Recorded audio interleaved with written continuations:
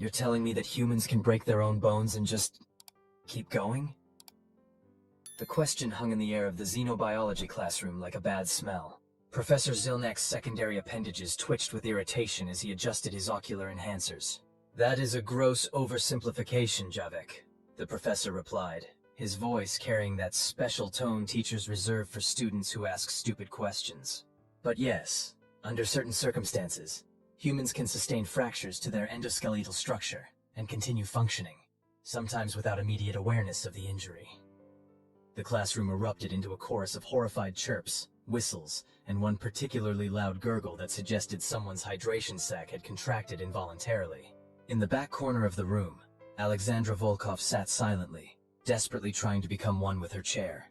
Being the only human at the Galactic Confederation Academy had its challenges, but xenobiology class was rapidly becoming the worst part of her week. It wasn't the subject matter. She actually found alien physiology fascinating. It was the constant reminder that to everyone else, she was the alien. The Death Worlder, the biological horror show. Professor Zilnax raised all four of his primary limbs for silence. Settle down. This is a scientific institution, not a hatchling's nightmare story circle. He turned his stalked eyes toward the back of the room. Perhaps our resident expert would care to elaborate. 27 pairs of eyes, stalks, sensory pits, and other assorted visual organs swiveled toward Aleksandra.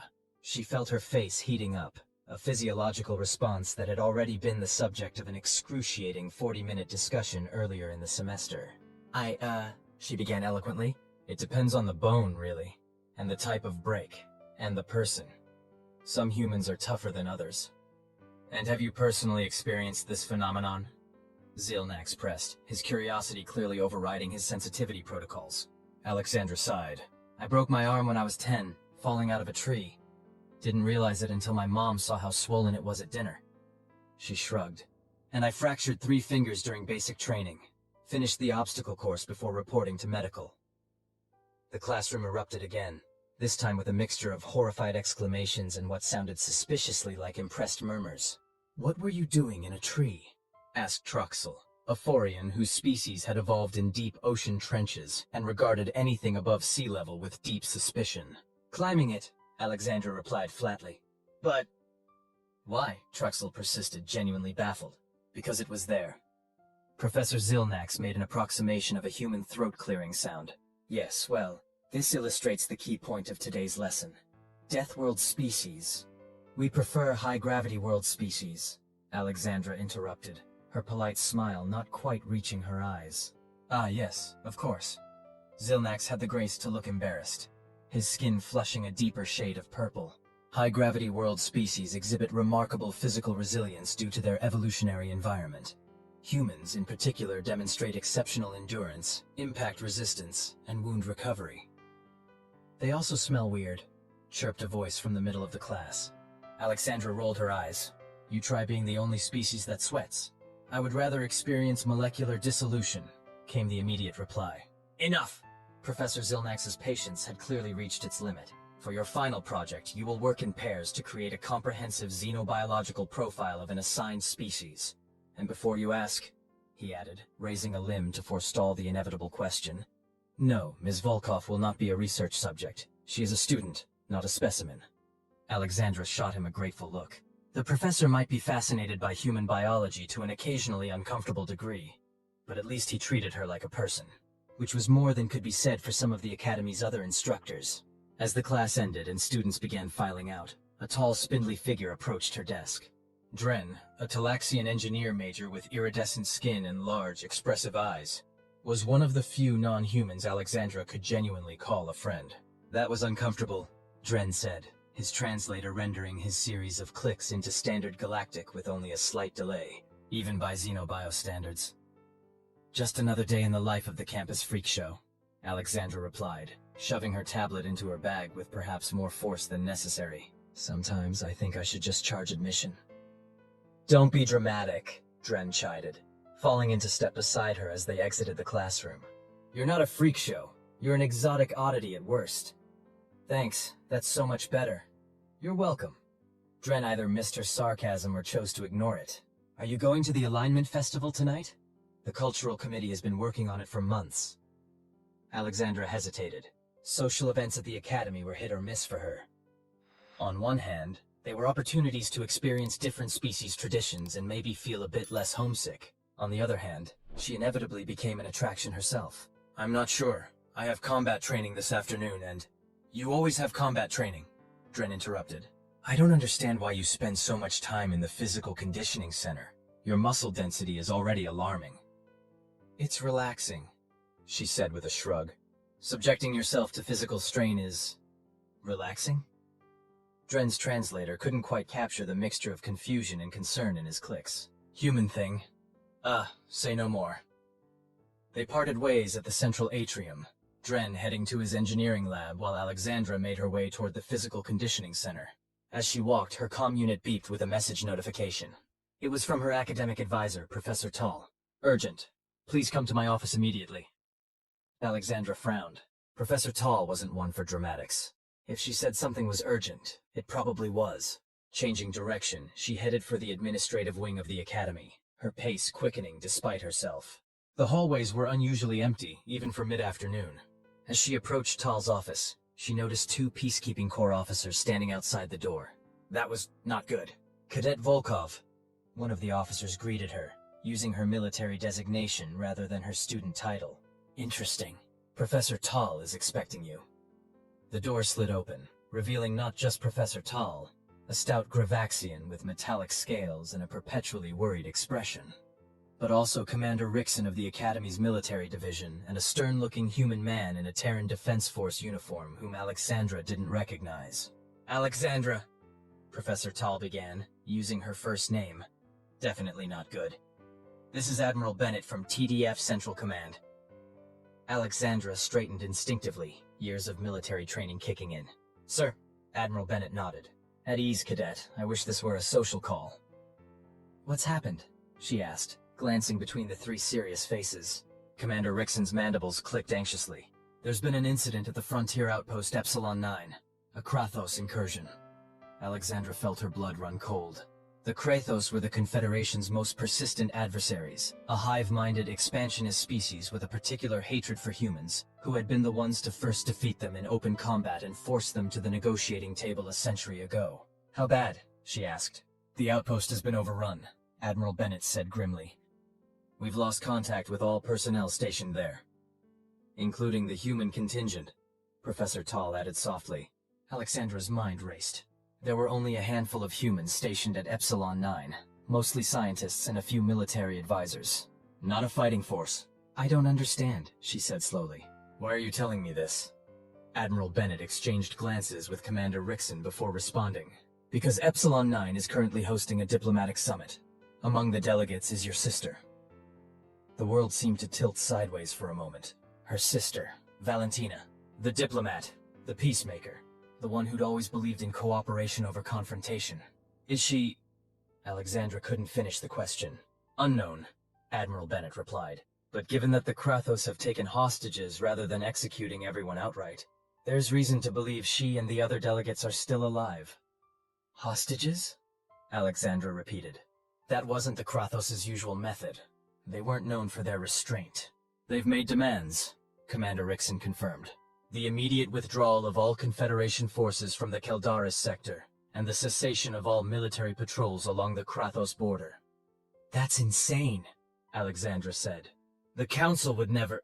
The Council isn't going to, Admiral Bennett cut in. But they're stalling for time. A joint TDF and Confederation strike team is being assembled to retake the outpost and rescue the hostages. The pieces suddenly clicked into place. And you want me on it, she said. It wasn't a question. You're the only human currently within range who has both military training and knowledge of Epsilon 9's layout, the Admiral confirmed. Your sister arranged for you to intern there last summer. I'm a cadet, not a commando, Aleksandra pointed out, and I haven't completed my training. You've completed more than you think, Commander Rickson said. We've been monitoring your progress. Your combat scores are exceptional. Of course they were. She was a human in an academy where most species considered lifting their own body weight an impressive feat. This is a volunteer mission, Cadet, Admiral Bennett said. High risk, with no guarantees. I won't order you to go. But they all knew he didn't have to. It was Valentina. There was no choice to make. When do we leave? Aleksandra asked. We leave in 3 hours, Admiral Bennett replied. A Confederation corvette is standing by. You'll be briefed en route.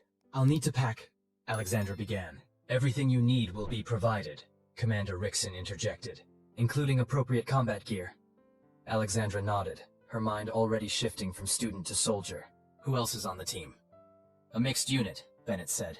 8 Confederation Special Forces operators under Commander Kor. He's a Varaxian, one of their best. 2 TDF Marines as technical advisors, and you. 11 people to retake an entire outpost? The odds seemed impossible, even for a human. It's not a frontal assault, Rickson clarified. This is a surgical extraction. Get in, locate the hostages, get out. The Confederation fleet will handle the Krathos once the civilians are secure. Professor Tall, who had remained silent until now, stepped forward. Aleksandra, you should know that this mission was not my idea. Her metallic scales rippled with concern. I argued against involving a cadet, regardless of your unique qualifications. Aleksandra appreciated the honesty, if not the sentiment. With respect, Professor, my sister is on that station.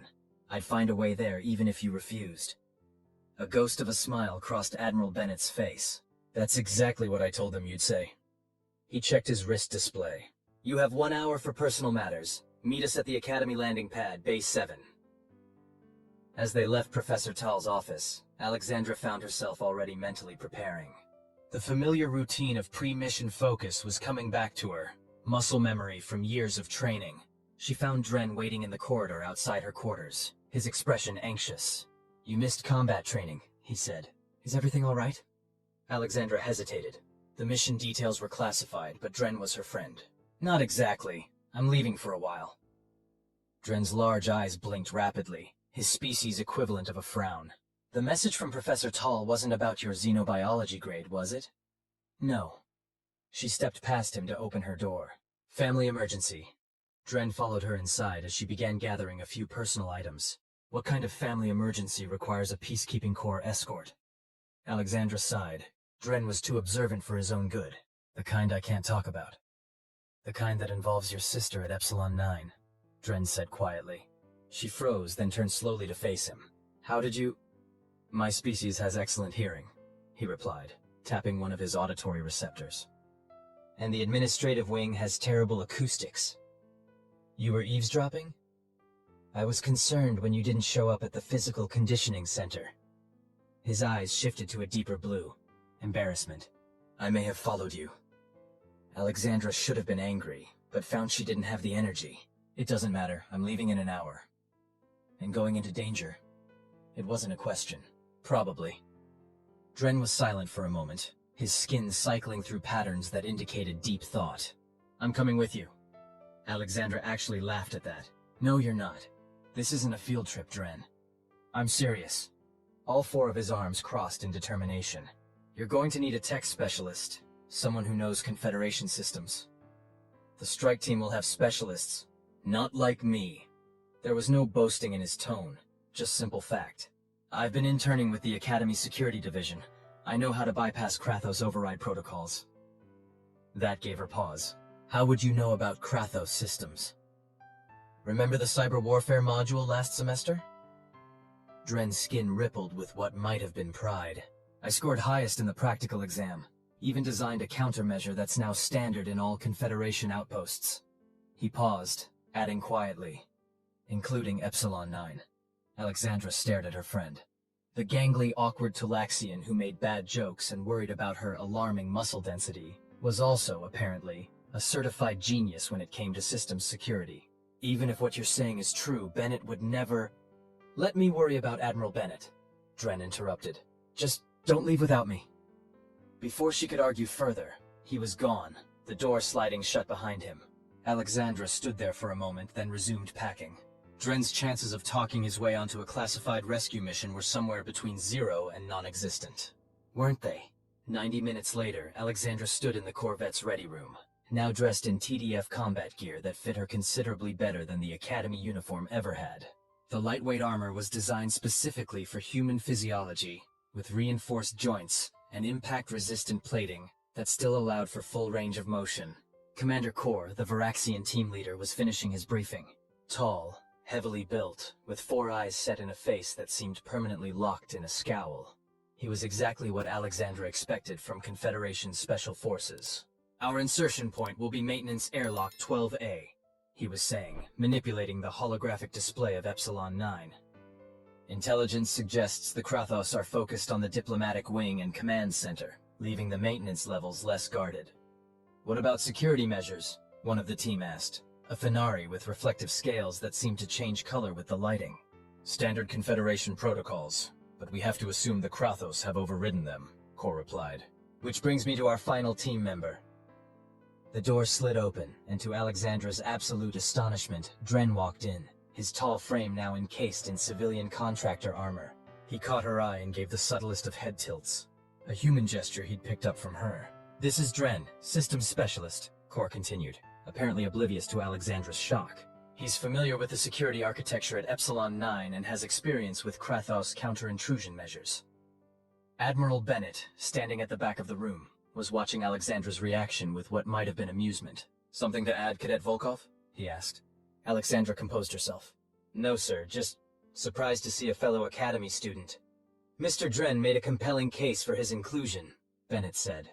"His instructor at the Academy confirmed his expertise, and given the nature of this mission, we need every advantage."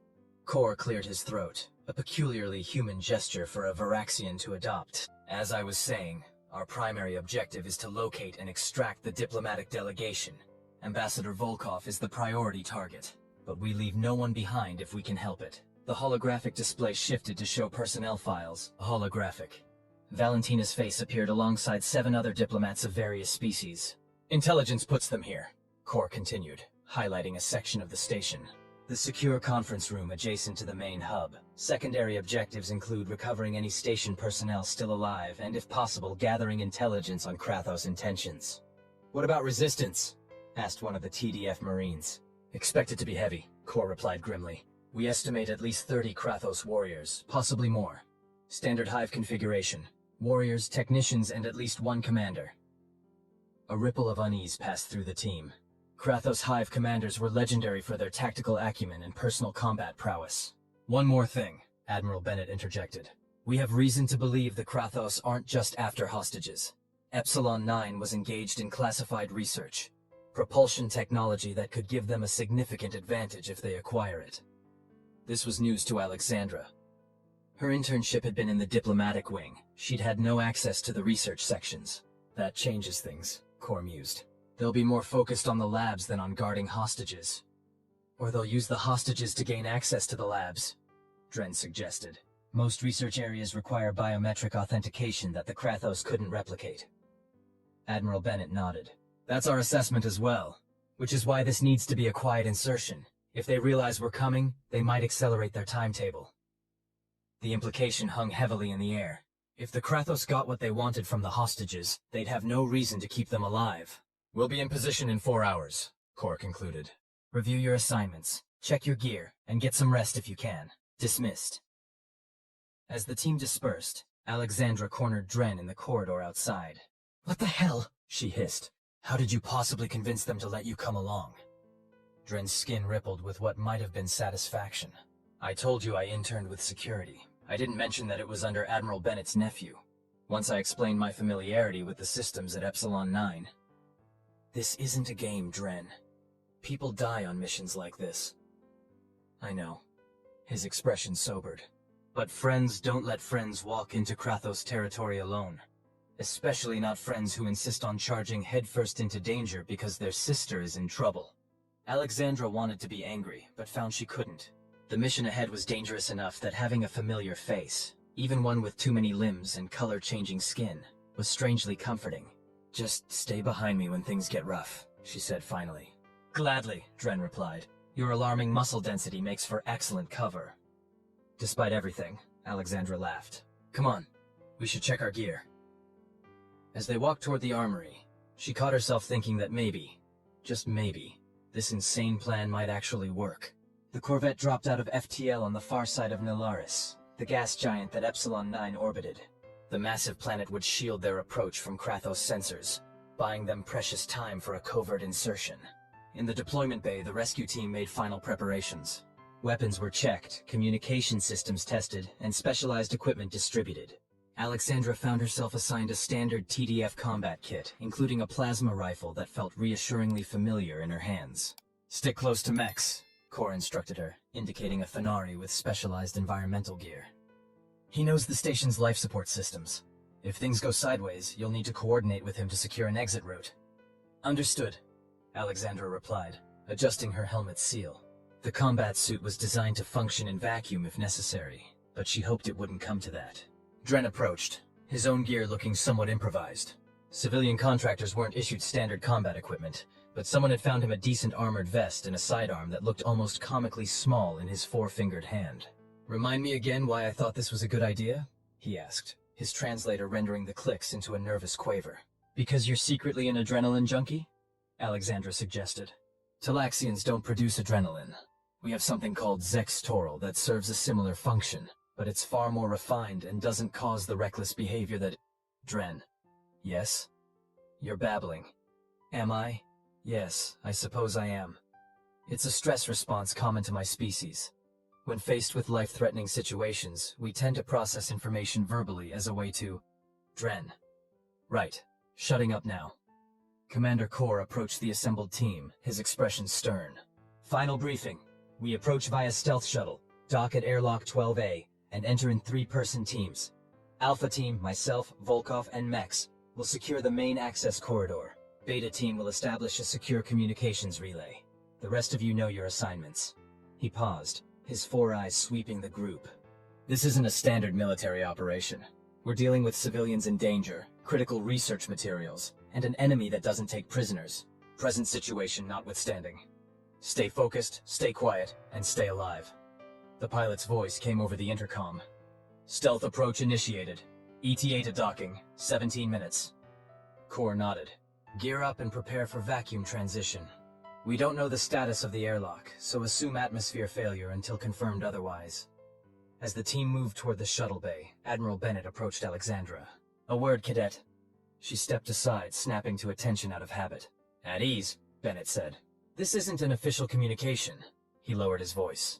"Your sister is more than just a diplomat. You understand that, don't you?" Aleksandra hesitated. "Sir?" "Valentina has been involved with the research project at Epsilon 9. Deeply involved. Her diplomatic cover provides useful access, but her real value to us is her scientific expertise." This was unexpected. Valentina had always been the academic one, but as far as Aleksandra knew, her sister's focus had been diplomatic relations, not advanced technology. "The Krathos didn't target this station by accident," Bennett continued, "and they didn't take hostages out of newfound mercy. They want something specific, and they believe your sister can provide it." "What exactly is this research, sir?" Aleksandra asked, a knot forming in her stomach. Bennett's expression was grim. "That's classified beyond your clearance, cadet. All you need to know is that if the Krathos acquire it, the balance of power in this sector shifts dramatically, and not in our favor." "So the priority is the research, not the hostages," Aleksandra concluded, a bitter taste in her mouth. "The priority is both," Bennett corrected firmly. "But if it comes down to a choice between your sister and preventing the Krathos from acquiring the technology, well, Valentina herself would make the hard call." The implications were clear, and for a moment Aleksandra considered whether she'd made a terrible mistake joining this mission. But the alternative, doing nothing while her sister was in danger, was unthinkable. "I understand, sir," she said finally. Bennett studied her face. "Do you? Because once you're on that station, your personal feelings can't interfere with the mission." "They won't," Aleksandra assured him, with more confidence than she felt. "Good."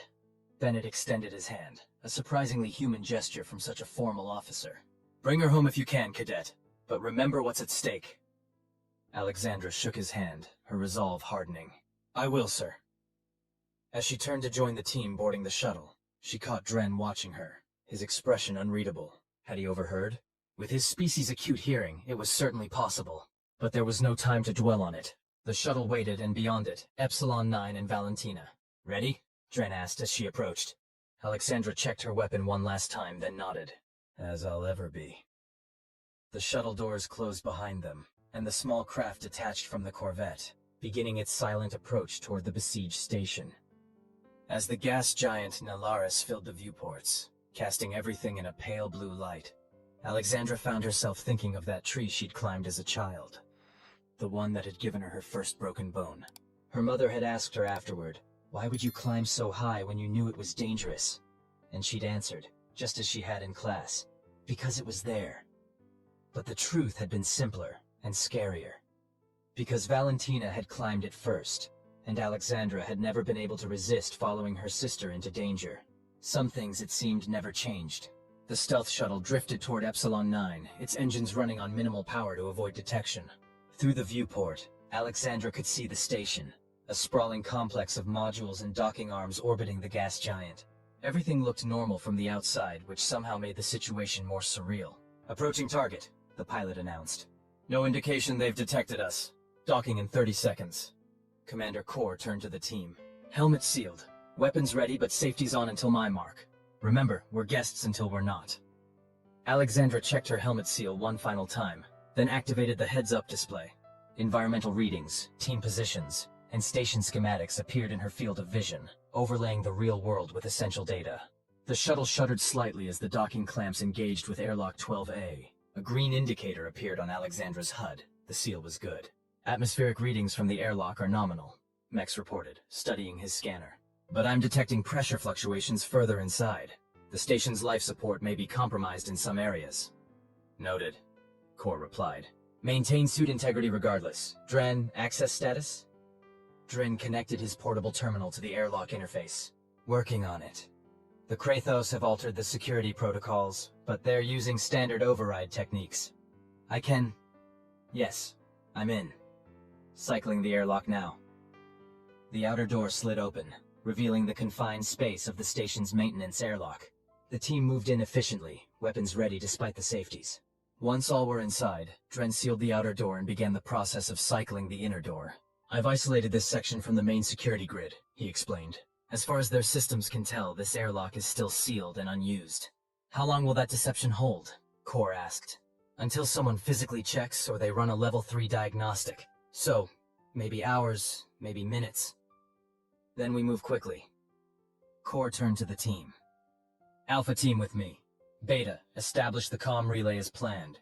The rest of you know your objectives." The inner door opened, revealing a dimly lit maintenance corridor. Emergency lighting cast everything in a reddish glow, creating long shadows that seemed to move with each step. "Evacuation protocols have been activated," Mex observed, "but the alarms are silent."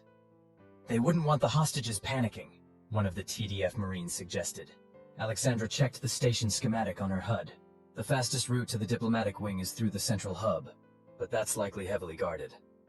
Maintenance tunnels run parallel to most main corridors," Dren added. "Slower, but less exposed." Kor considered this. "We split the difference. Alpha team takes the maintenance route to get eyes on the central hub. Beta sets up the relay. The rest proceed as planned." The team separated, each group moving with practiced efficiency toward their objectives. Aleksandra found herself following Kor and Mex through a series of increasingly narrow maintenance tunnels, the confined space making her newly appreciate Earth's relatively spacious architecture. "How well do you actually know the station layout?" Kor asked quietly as they navigated a particularly tight junction. "Well enough," Aleksandra replied. "I spent 3 months here last summer. The diplomatic wing and common areas, at least." "And your sister? How close are you?" The question seemed oddly personal for a mission commander to ask, but Aleksandra understood the underlying concern. "Close enough that I won't hesitate if she's compromised. Far enough that I won't lose objectivity." Kor made a sound that might have been approval. "Good, because..." A sudden sharp hiss from Mex cut him off. The Fenari had raised his hand in the universal signal for silence, his head tilted as if listening. "Movement ahead," he whispered, indicating his scanner. "Multiple contacts moving in formation." "Krathos?" Aleksandra asked. "Uncertain, but they're approaching the junction at section D7. Kor checked the schematic. "That's directly in our path. No alternative route without backtracking significantly." "We could wait for them to pass," Aleksandra suggested. "No time," Kor decided. "We engage. Minimum force, maximum efficiency. If they're Krathos, we take them down quickly and quietly. If they're station personnel, then we have potential allies," Mex concluded. They moved forward cautiously, weapons now off safe but still held at the ready position. As they approached the junction, Aleksandra could hear the faint sound of movement, the distinctive clicking of Krathos exoskeletons against metal flooring. Kor signaled for them to hold position, then used his multi-tool to deploy a micro-drone, a small, nearly silent device that would give them eyes around the corner. The feet appeared in their HUDs almost instantly. 3 Krathos warriors moving in standard patrol formation. They were armed with their species' typical weapon, a combination of energy projector and chemical sprayer that could alternate between ranged attacks and acid deployment. Kor made a series of hand signals that Aleksandra recognized from her TDF training. A standard takedown pattern, Kor would engage the lead warrior, Aleksandra the rear, and Mex would control the center. Silent weapons only, to avoid alerting the rest of the station. Aleksandra nodded her understanding, switching her rifle to its integrated blade configuration. The vibration-enhanced edge would penetrate Krathos exoskeletons with minimal noise. 3, 2, 1. They moved as one, rounding the corner with practiced efficiency. Kor struck first, his much larger Varaxian frame slamming into the lead warrior with enough force to drive it against the wall. Before it could react, he had a suppression field generator pressed against its thorax, the localized energy surge disrupting its neural pathways. Aleksandra went low, sliding beneath the swing of the rear warrior's weapon and coming up behind it with her blade already in motion. The enhanced edge sliced through the joint of its primary weapon arm, sending the limb clattering to the floor. Before it could cry out, she had it in a chokehold. The pressure points of Krathos anatomy, one of the few xenobiology lessons she'd actually paid attention to. Mex handled the center warrior with surprising efficiency for a Fenari, using his species' natural speed to avoid its strikes while deploying a neural disruptor that dropped it twitching to the ground. In less than 10 seconds, all 3 Krathos were neutralized. Restraints, Kor ordered, already binding the first warrior with specialized cuffs designed to withstand their acid capabilities. As Aleksandra secured her opponent, she noticed something unusual about its armor. Markings that didn't match standard Krathos military insignia. "Commander," she said quietly, "look at these markings." Kor examined the fallen warrior. Hive Sentinel caste, elite guards, usually assigned to royal protection or high-value installations. "What are they doing here?" Mex wondered. "It confirms our intelligence," Kor replied grimly. Whatever research was happening here, the Krathos wanted badly enough to send their best. A soft beep from Aleksandra's comm indicated an incoming transmission. "Alpha Team, this is Beta. Relay established. We're patched into station systems. Limited access, but we can monitor critical areas." "Status of the diplomatic wing?" Kor asked. "Confirmed hostage situation. Counting 8 diplomats and approximately 14 station personnel being held in the main conference room. Guards are minimal. 2 warriors and what appears to be a technician class. That didn't make sense. The Krathos wouldn't leave such valuable hostages so lightly guarded." "What about the research wing?" Aleksandra asked. A pause, then. "Heavy activity. Multiple warriors, technicians, and... Sir, we're detecting the energy signature of a hive commander." Kor's expression darkened. "They're after the research, not the hostages. The hostages are leverage, nothing more." "Or test subjects," Mex added quietly. "Krathos have been known to use captives to test dangerous technology before risking their own." The implication made Aleksandra's blood run cold. What exactly was this research that had both the Confederation and the Krathos so interested? "Change of plan," Kor decided. "We still move to secure the hostages, but we need eyes on the research wing. Dren." Their Talaxian companion responded immediately. "Here, Commander. Can you access the research section security feeds remotely?" "Not from here. They're on a separate network. I'd need to reach a primary terminal in either the central hub or the research section itself." Kor considered this. Too risky to attempt the hub. We proceed to the diplomatic wing, secure the hostages, then reassess. They continued forward, leaving the bound Krathos warriors in a supply closet. The maintenance tunnels grew narrower as they approached the central sections of the station, forcing them to move in single file. "Junction ahead," Mex reported. "This will take us out near the secondary medical bay. From there, it's a straight shot to the diplomatic wing." As they prepared to exit the maintenance tunnel, Aleksandra's comm crackled with an urgent transmission. "All teams be advised," came the voice of one of the Beta team members. "Station-wide alert just activated on a subsystem we weren't monitoring. They know we're here." "How?" Kor demanded. "Unknown, but they're deploying troops to all major junctions. And sir, they're moving the hostages." "Where?" "Splitting them up. Some to the research wing, others to what appears to be evacuation shuttles." Aleksandra felt her chest tighten. Do you have visual on Ambassador Volkov? Affirmative. She's being escorted by 2 warriors and... Wait, that can't be right. What is it? Kor pressed. She's not restrained. And she appears to be... talking to them. Gesturing, giving directions. Kor turned to Aleksandra, his 4 eyes studying her reaction carefully. Your thoughts, cadet? Alexandra's mind raced through possibilities. Valentina cooperating under duress? Some kind of negotiation tactic? Or was there something more going on? We need to intercept her, Aleksandra said finally. Now. Kor studied her for a moment, then nodded. New objective. Alpha team will intercept Ambassador Volkov. Beta continues monitoring station systems. Delta, proceed to the diplomatic wing and assess the remaining hostages. They exited the maintenance tunnels near the secondary medical bay, finding it deserted but showing signs of hasty evacuation. Equipment left running, medical supplies scattered across the floor. Aleksandra checked her HUD map, overlaying it with the information from Beta Team. Fastest route is through the biosciences corridor, she said, indicating the path on the shared tactical display. If we move now, we can intercept before they reach the research wing. Move out, Kor ordered. Standard tactical formation. They advanced quickly but cautiously, Mex taking point with his specialized scanner to detect any Krathos ahead. The station felt eerily quiet, the usual mechanical hum of life support systems interrupted by occasional distant sounds of movement. I'm reading unusual power fluctuations throughout the station, Mex reported as they moved. Something in the research wing is drawing massive energy. Whatever it is, the Krathos want it operational, Kor replied. And they need your sister to make that happen. Aleksandra kept her focus on the mission, pushing away the growing unease about Valentina's apparent cooperation. There had to be an explanation.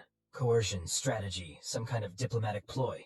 Her sister was many things, but a traitor wasn't one of them. Contact ahead, Mex warned, his scanner flashing a proximity alert. 3 signatures, 1 human, 2 Krathos. Moving toward the primary research wing junction. Positions, Kor ordered, taking cover at the corner of the corridor.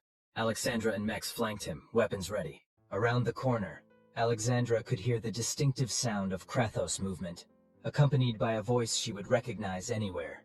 Valentina's, speaking in the measured, careful tone she used during difficult negotiations. The biometric locks are keyed to specific genetic signatures, she was saying. Even with my authorization, you'll need additional verification protocols. A harsh, clicking response came from one of the Krathos, translated a moment later by Aleksandra's comm unit. The commander has made arrangements. Proceed as instructed. Kor signaled the attack plan, a standard pincer movement that would allow them to neutralize the Krathos while minimizing risk to Valentina. Aleksandra nodded her understanding, though her mind was racing with questions. What arrangements? What was Valentina being instructed to do? On my mark, Kor whispered. 3, 2, 1, execute! They moved as one, rounding the corner with tactical precision. The scene before them froze momentarily, Valentina standing between 2 Krathos warriors, her expression shifting from focused determination to shock as she registered the rescue team. Drop your weapons, Kor commanded the Krathos. Release the hostage! The warriors reacted instantly, moving to shield Valentina while raising their weapons. But before either side could fire, Valentina's voice cut through the tension. Stop! Everyone stop! She raised her hands, stepping slightly away from the Krathos. Commander Kor, I presume. Stand down. That's a direct order. Kor hesitated, his weapon still trained on the nearest warrior. Ambassador, we're here to extract you and the other hostages. Please step away from the Krathos. This is a diplomatic situation, Valentina replied firmly, not a military one. I'm negotiating terms with the Krathos representative. Your intervention threatens to destabilize a delicate process. Aleksandra stared at her sister in disbelief. Val, what are you talking about? The station is under attack. They've taken hostages. Valentina's eyes widened as she recognized her sister. Aleksandra, what are you doing here? Then her expression hardened. This is exactly why military actions should be coordinated with diplomatic channels. Stand down, all of you. That includes you two. She added to the Krathos warriors, who reluctantly lowered their weapons. Ambassador, Kor said slowly, our intelligence indicates this is a hostile incursion. The Krathos have seized control of station systems and are attempting to access restricted research. Your intelligence is incomplete, Valentina replied. This is a complex situation. Yes, there was an unauthorized Krathos boarding action, but we've established communication and are working toward a resolution. One of the Krathos made a series of rapid clicks that Aleksandra's translator rendered as, "Time is critical. The commander awaits." Valentina nodded. "We need to proceed to the research wing. All of us. I'll explain en route." Kor exchanged glances with Aleksandra, clearly skeptical. "Ambassador, with respect, we can't just—" "You can and you will, Commander." Valentina cut him off. "I have operational authority here. Now we move together, or we risk losing control of this situation entirely." The authority in her voice was unmistakable. Whatever was happening, Valentina was fully in command of herself. This wasn't a hostage speaking under duress. "Alpha Team, hold position," Kor said into his comm, then to Valentina. "Lead the way, Ambassador, but my team stays armed and ready." "Acceptable," Valentina conceded. To the Krathos, she added, "We proceed as planned. Inform your commander we have additional observers." As they began moving toward the research wing, Aleksandra fell into step beside her sister. "Val, what the hell is going on?" she whispered. "Are you actually negotiating with them?" "It's complicated," Valentina replied quietly. "There's been a breach of protocol on both sides. The Krathos boarding wasn't sanctioned by their Empress, and our research here isn't exactly fully disclosed to the Confederation Council. The propulsion technology?" Valentina shot her a sharp look. "What do you know about that?" "Only that it exists, and the Krathos want it badly enough to risk open conflict." "It's more than just propulsion," Valentina murmured. "Much more, and not everyone agrees on how it should be used, including within the Krathos hierarchy." Before Aleksandra could press further, they reached a heavily secured doorway marked with Confederation Science Division symbols. Valentina stepped forward, placing her palm on a scanner. After a moment's hesitation, the doors began to open. "Welcome, Ambassador Volkov," an automated system announced. "Access granted to Research Level Alpha." The group entered a large antechamber filled with sophisticated equipment. Screens displayed complex equations and diagrams that meant nothing to Aleksandra but clearly represented something significant. Several Krathos technicians were working at various stations, while others examined equipment that had been partially disassembled. And at the center of it all stood a Krathos different from the others. Larger, its exoskeleton marked with intricate patterns that seemed to shift in the light. The Hive Commander. "Ambassador," it greeted Valentina, its translator rendering its clicks into something approximating courtesy. "You have brought guests. A Confederation extraction team," Valentina explained, "including apparently my sister." The commander's compound eyes swiveled toward Aleksandra, studying her with unsettling intensity. "The resemblance is evident, though perhaps less diplomatic in bearing." "They were under the impression this was a hostile takeover," Valentina continued. "I've explained that it's more complex than that." "Indeed," the commander agreed. "Though time grows short. The prototype must be secured before others arrive." Kor stepped forward. "Ambassador, I need clarification. Are you cooperating with the Krathos voluntarily?" "I'm preventing an interspecies incident, Commander," Valentina replied sharply. "The research being conducted here has implications beyond what you've been briefed on. The Krathos have legitimate concerns about its deployment." "Legitimate concerns that led to an armed incursion?" Aleksandra couldn't keep the skepticism from her voice. "The incursion was unscheduled," the commander admitted. "A faction within our hierarchy learned of the project and took independent action. I am here to ensure that action does not lead to unnecessary conflict." Valentina nodded. "Commander Tixal represents the diplomatic branch of the Krathos Imperium. When they learned of the unauthorized mission, they dispatched him to contain the situation." Aleksandra processed this information. If true, it meant they were caught in the middle of not just human Krathos tensions, but internal Krathos political struggles as well. The complexity was dizzying. "The other hostages?" Kor asked. "Are being gathered for evacuation," Valentina assured him. "This station is no longer secure for continued research. We're implementing Protocol 7. The name clearly meant something to Kor, whose posture shifted subtly. "The failsafe protocol?" "Yes. The research data is being securely transferred, and the prototype will be neutralized." The Krathos commander made a gesture toward one of the technicians who approached with what appeared to be a data storage device. "The terms we discussed," it said to Valentina. "Information exchange as agreed. No functional prototype, but sufficient theoretical framework for verification." Valentina took the device, examining it briefly before nodding. "This satisfies our arrangement. Commander Kor, Please inform your team that we'll be proceeding with evacuation within 30 minutes. The Krathos will withdraw to their vessel once the data transfer is complete. Kor looked far from satisfied with this explanation, but military discipline won out. Understood, Ambassador. I'll coordinate with the other teams. As he stepped away to communicate with the rest of the strike force, Aleksandra moved closer to her sister. Val, you need to give me more than that. What exactly is going on here? Valentina sighed, glancing toward the commander who had returned to overseeing the technicians' work. The project is called Helios, she said quietly. It's officially classified as advanced propulsion research, but that's only part of it. In reality, it's a way to create controlled Einstein-Rosen bridges, wormholes, essentially. Faster travel between star systems, Aleksandra concluded. That would give whoever controls it a massive strategic advantage. Yes, but there's more. The technology could potentially be weaponized, create disruptions in space-time that would isolate entire sectors, cut off supply lines, strand fleets. Aleksandra's eyes widened as the implications became clear. And the Krathos found out. Not just found out. They've been developing similar technology. When our intelligence discovered this, there was debate about how to proceed. Some wanted to accelerate our research, create a deterrent. Others, myself included, pushed for diplomatic engagement. Let me guess. The military faction won. Valentina smiled thinly. Not entirely. We continue the research, but I opened a back channel to moderates within the Krathos hierarchy. Commander Tixall represents that faction. And the Krathos who took over the station? Hardliners. They learned of our discussions and decided to seize the technology before any agreement could be reached.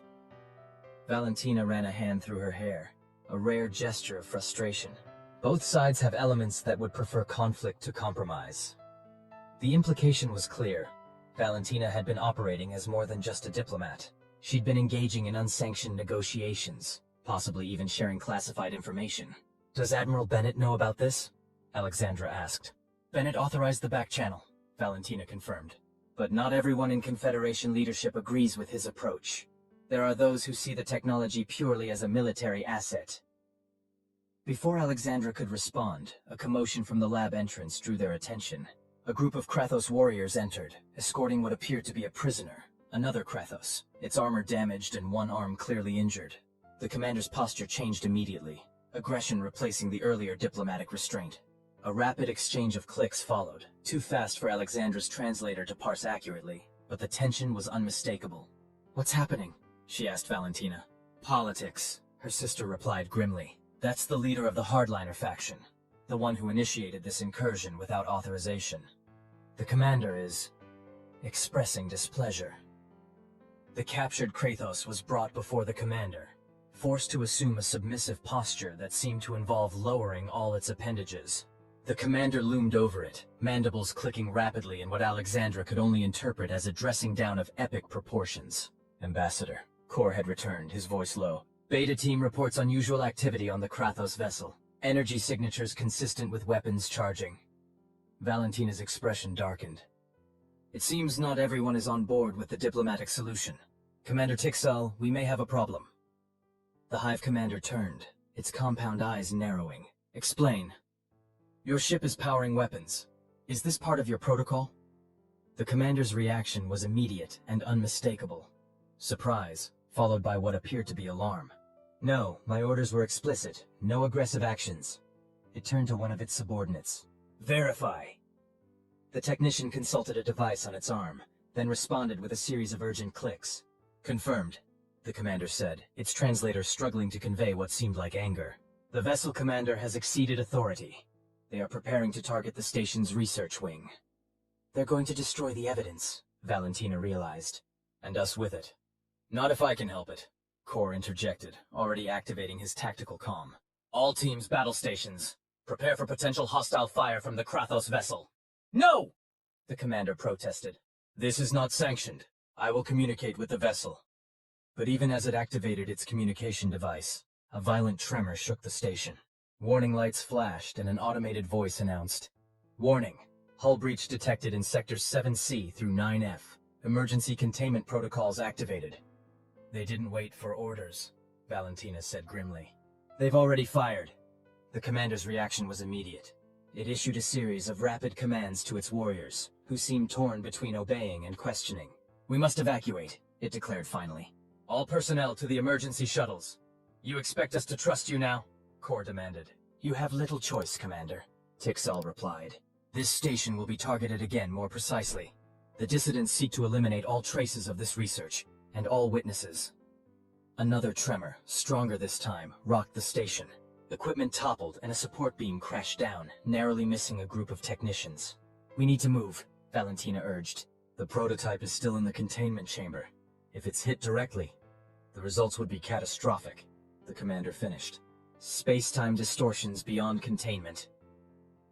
Aleksandra looked between them, pieces falling into place. "This isn't just about destroying evidence. They're trying to trigger the prototype, aren't they? Create a demonstration of its power." Valentina's expression confirmed it. "Come on, we need to reach the evacuation shuttles before they fire again." As they moved toward the exit, the captured Krathos hardliner suddenly broke free from its guards, lunging not for freedom but for a nearby control panel. Before anyone could stop it, it slammed a clawed appendage down on what appeared to be an emergency override. Alarms blared and security doors began closing throughout the section. The commander roared something that the translator couldn't process, but its meaning was clear enough.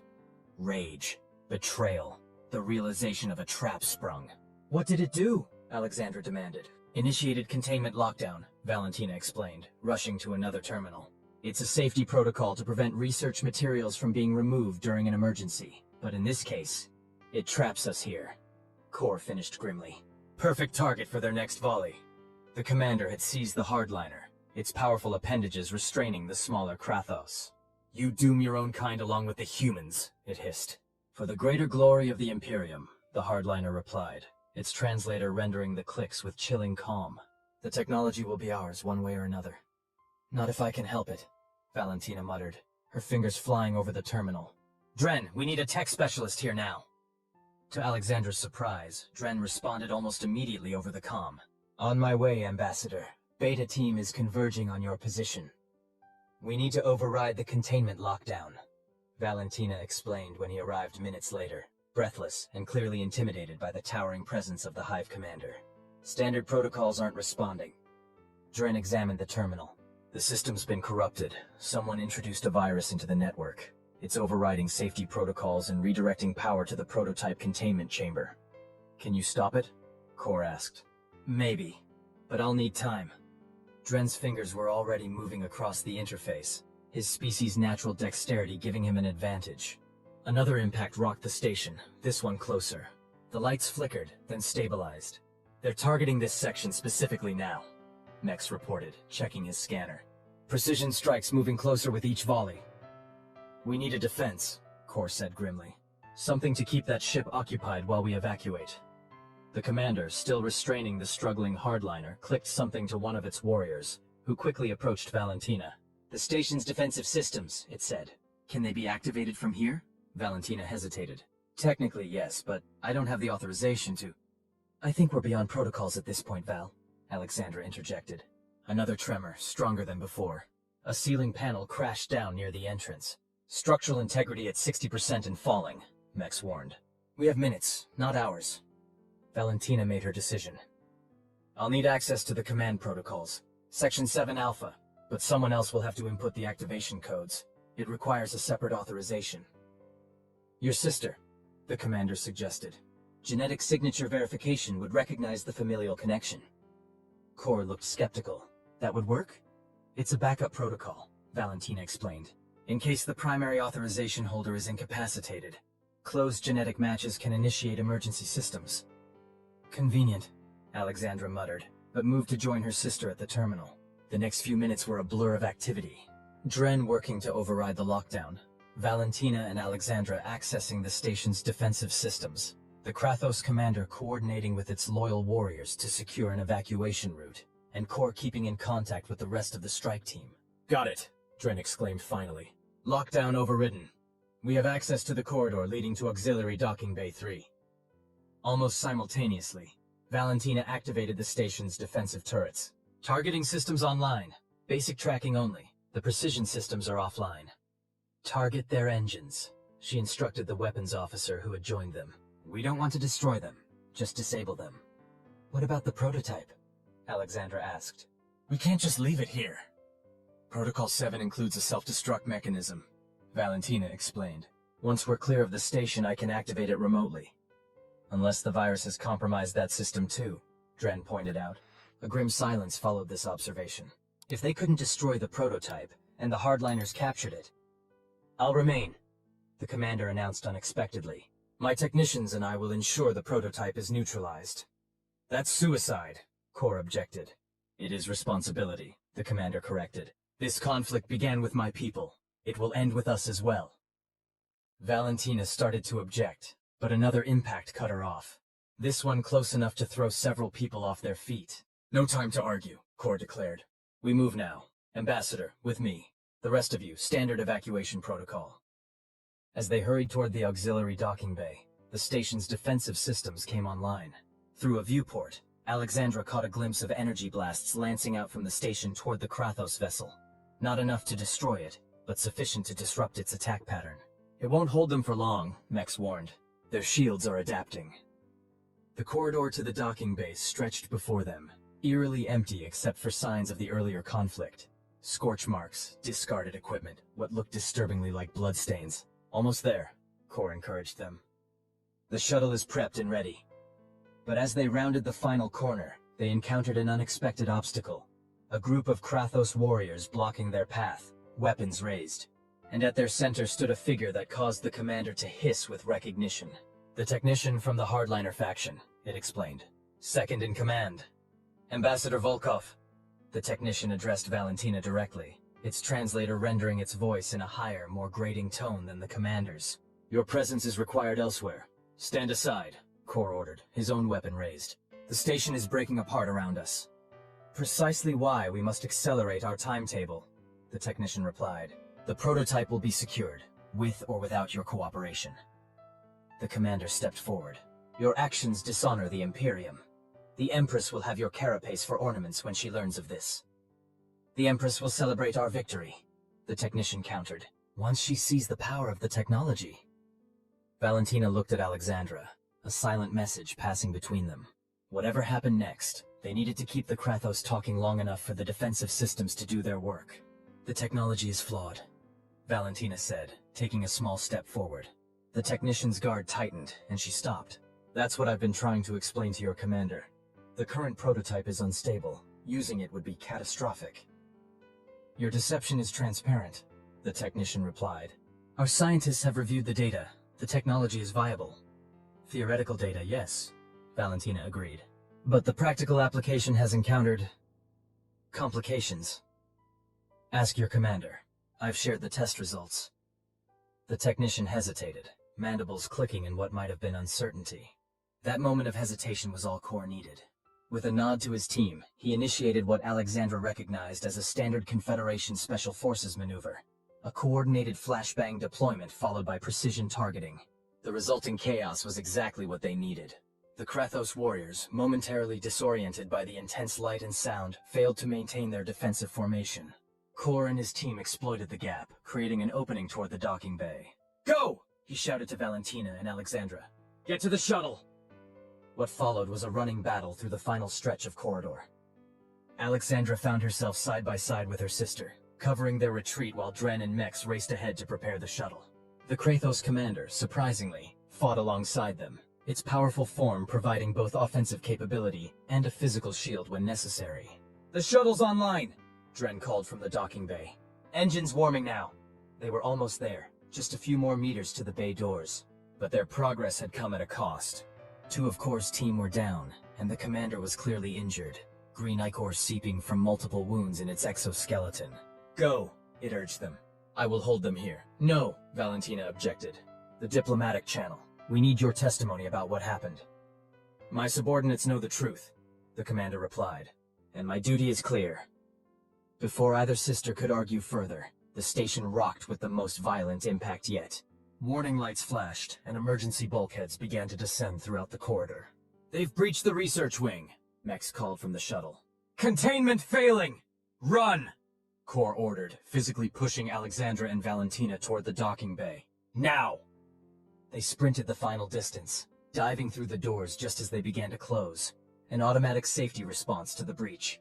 The Krathos commander remained behind, facing its renegade subordinates with weapons raised. "The doors!" Valentina cried, turning back. "We can't leave him!" "No choice," Kor replied grimly, pulling her toward the waiting shuttle. "This whole section is about to decompress." Aboard the shuttle, Dren had the engines at full power, ready for immediate departure. "Everyone strap in! This is going to be rough!" The auxiliary bay doors were opening, providing their escape route. But through the viewport, Aleksandra could see the Krathos vessel adjusting its position, weapon systems clearly targeting their small craft. "They'll shoot us down the moment we clear the station," she realized. "Not if the station defenses have anything to say about it," Valentina replied, moving to a communication panel. "Auxiliary control, this is Ambassador Volkov. Fire defense pattern Omega-7. Authorization Volkov Theta 9-3. The response was immediate. The station's remaining functional turrets swiveled toward the Krathos vessel and opened fire.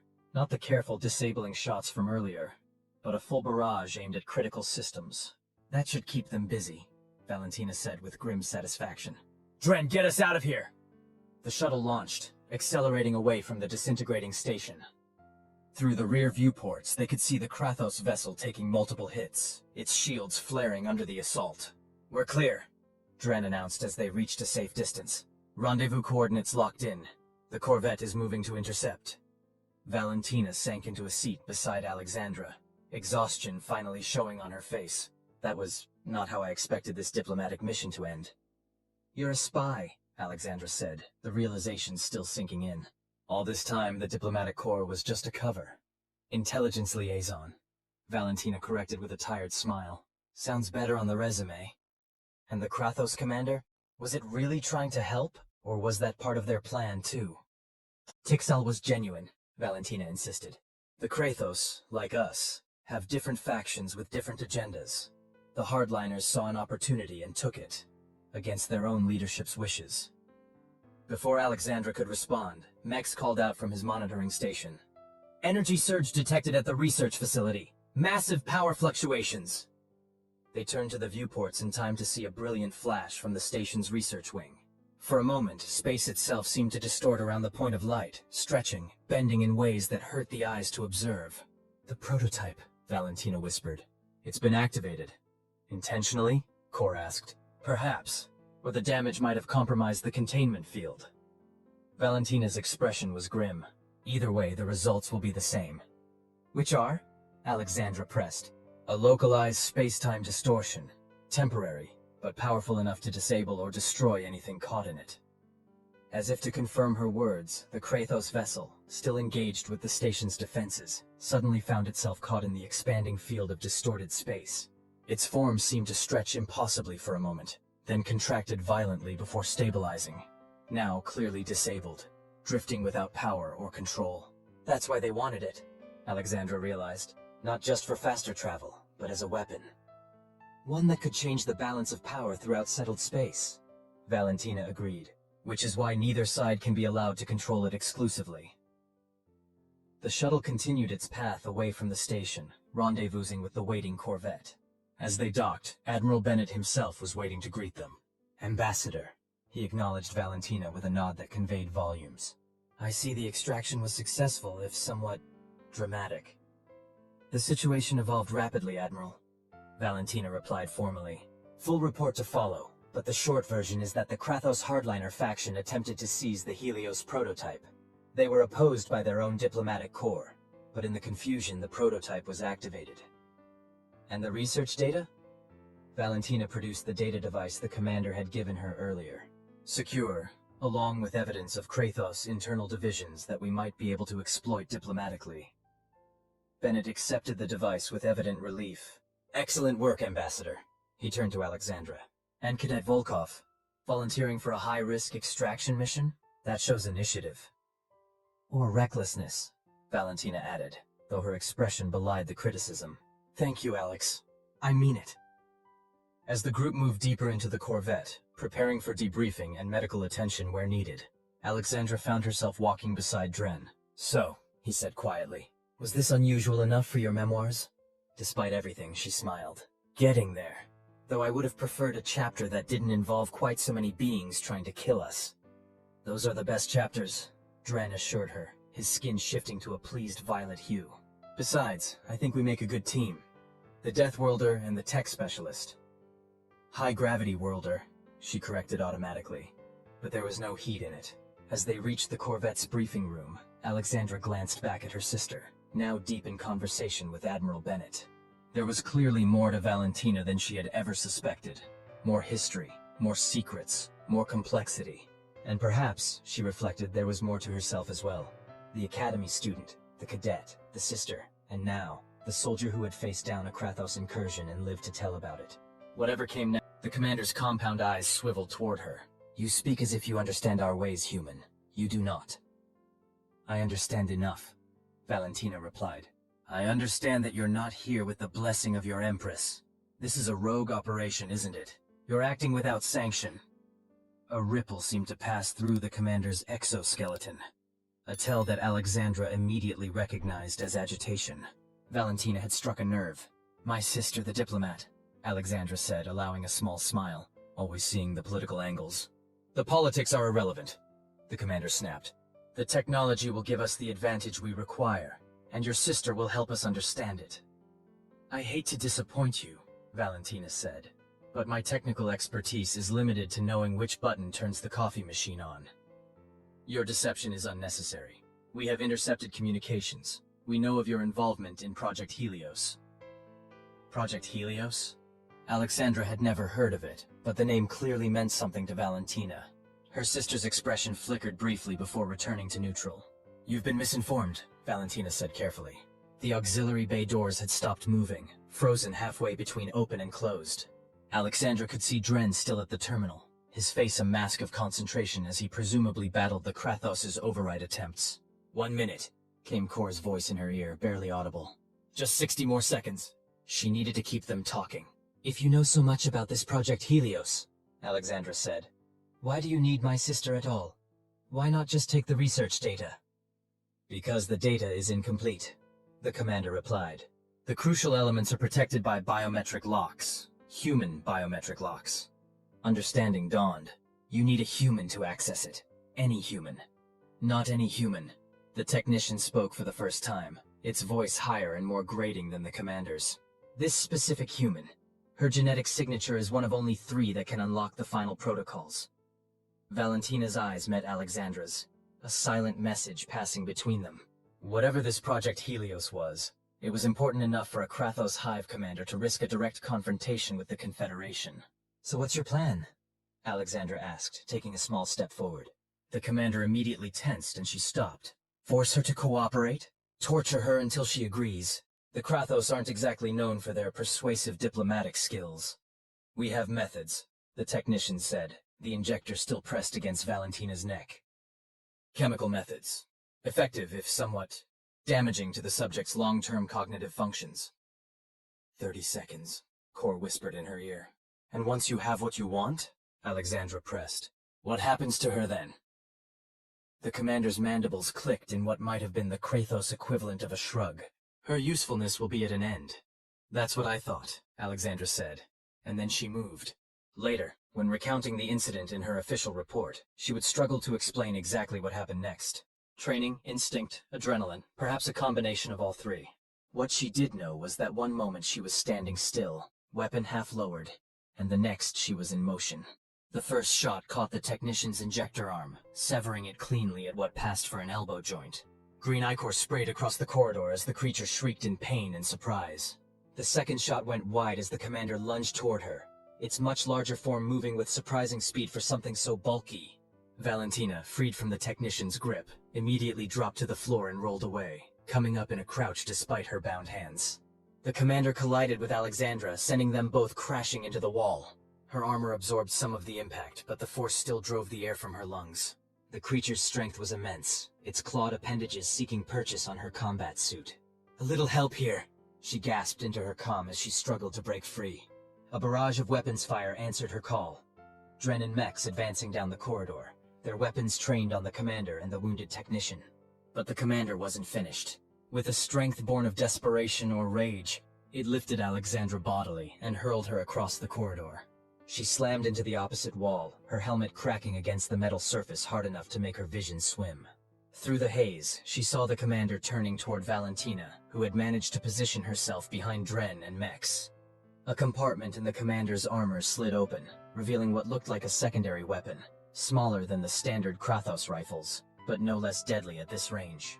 Time slowed again. Aleksandra raised her own weapon, knowing she wouldn't be fast enough. Dren and Mex continued firing, their shots seeming to have minimal effect on the commander's heavily armored exoskeleton. The commander's weapon leveled at Valentina, and then the ceiling exploded. Debris rained down as a section of the corridor's upper structure collapsed, revealing Core and 3 members of the strike team, their weapons already firing as they dropped through the breach. The commander screeched, its aim disrupted by the sudden attack. Its shot went wide, scorching the wall where Valentina had been standing a moment before. Caught in a crossfire, the Krathos leader made a strategic decision. It fired once more, not at any of the team, but at the docking bay controls. The panel erupted in sparks, and the half-closed doors began to slide open again. "Stop them!" Core shouted. But the commander was already moving with surprising agility, scooping up the injured technician and making a break for the shuttle. Weapons fire followed them, but the commander's armor deflected most of the shots. They reached the shuttle just as the doors cleared enough space for the vessel to maneuver. "Seal the bay," Core ordered. "Override the controls!" "I can't," Dren called back, already at the damaged panel. "The entire system is fried!" The shuttle's engines flared to life, their blue-white glow illuminating the docking bay with harsh light. The vessel began to rise, rotating toward the slowly opening doors. "We can't let them escape with the research data," Core said grimly. He raised his weapon, aiming not at the shuttle but at something on the far side of the bay. A cluster of fuel cells, standard equipment for a maintenance area. "No!" Valentina shouted. "You'll breach the hull!" "Better that than letting them take." He never finished the sentence. A blur of motion resolved itself into Aleksandra, launching herself at Core with enough force to knock his aim off. The shot went wide, striking the wall beside the fuel cells. "Are you insane?" Core snarled, shoving her away. "They have critical military technology." "And we have critical people in this station," Aleksandra retorted. "A hull breach at this point would kill everyone on board, not just the Krathos." The shuttle was almost at the doors now, its engines powering up for departure. "There's another way," Valentina said suddenly. She turned to Dren. "Can you access the outpost's defensive systems from here?" Dren looked doubtful. "Maybe, but they'd be on a separate circuit from the door controls." "Try." Section 7 Alpha in the command protocols. Authorization Volkov Theta 9-3. Aleksandra shot her sister a surprised look. Valentina wasn't military. She shouldn't have had access to weapons systems. But Dren was already working, his fingers flying over a secondary terminal that had somehow escaped damage. "I'm in. Basic targeting control only, no advanced tracking." "Target their engines," Valentina instructed. "Lowest power setting. We don't want to destroy them, just disable them." The shuttle had cleared the bay doors now, beginning to accelerate away from the station. A weapons turret on the station's exterior swiveled, tracking the departing vessel. "Fire!" Valentina ordered. A pulse of energy lanced from the turret, striking the shuttle's engine housing with surgical precision. The vessel lurched, its smooth departure turning into an erratic spin. Emergency thrusters fired automatically, stabilizing it, but the main engines had clearly been compromised. "Again," Valentina said. "Target their communication array this time." Another shot, another hit. The shuttle was now drifting, its momentum carrying it away from the station, but without control or direction. "They're disabled," Dren confirmed, reading data from the terminal. "Emergency systems only. They're not going anywhere." "And they won't be calling for help either," Valentina added with grim satisfaction. Core looked from the drifting shuttle to Valentina with newfound respect and suspicion. "How did you know those command codes? You're a diplomat, not military." "I'm a lot of things," Valentina replied evenly. "Now, perhaps someone could untie me and we could discuss this somewhere that isn't about to have company?" She nodded toward the corridor they'd come from, where the sounds of approaching Krathos reinforcements could now be heard. "Fall back to the secondary command center," Core ordered the team. "We'll regroup there and arrange extraction."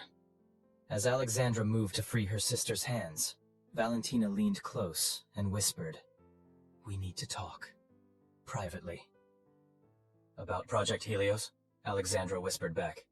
"About why the Krathos are so interested in it," Valentina confirmed, "and why they specifically wanted me."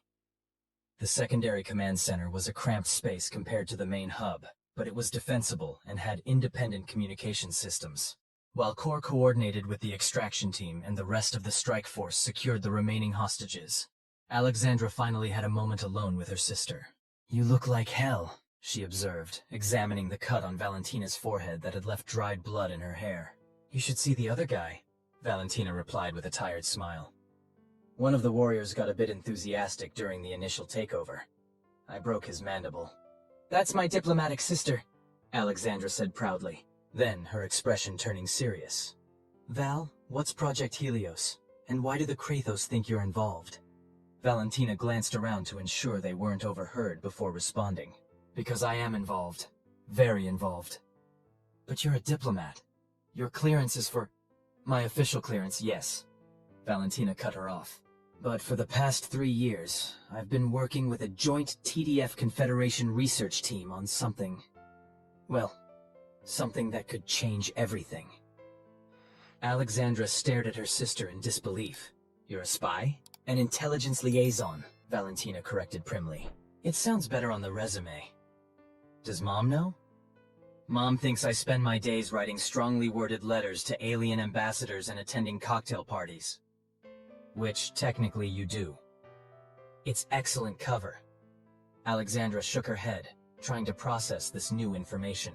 Her straight-laced, by-the-book sister, the one who had always lectured her about following rules and protocols, was some kind of secret agent? "So what is it? This project that's worth a Krathos invasion?" Valentina hesitated, then seemed to come to a decision. "Helios is a propulsion system, yes, but it's more than that. It's a way to create stable wormholes, controlled, navigable Einstein-Rosen bridges that would make our current FTL technology look like horse-drawn carriages." Aleksandra let out a low whistle. "That would change everything. Trade, military deployments, colonization." "Exactly. It would completely reshape the balance of power in the galaxy. And the Confederation Council decided that wasn't something we wanted to rush into.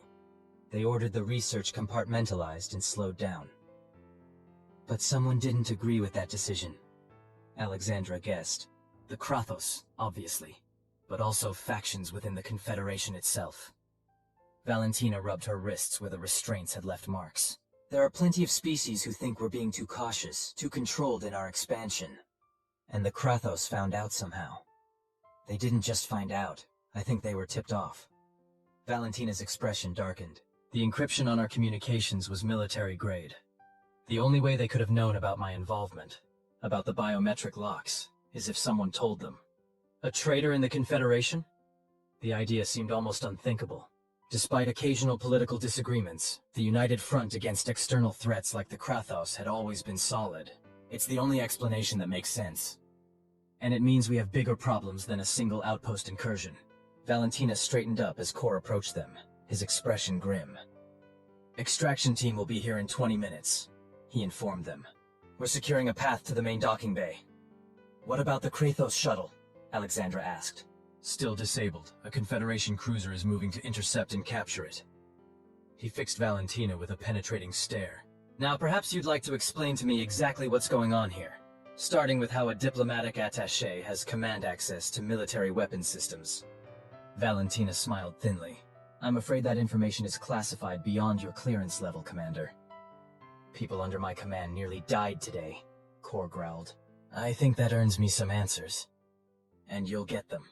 From the appropriate authorities, once we're safely away from here." Valentina's tone was polite but unyielding. "For now, I suggest we focus on evacuation."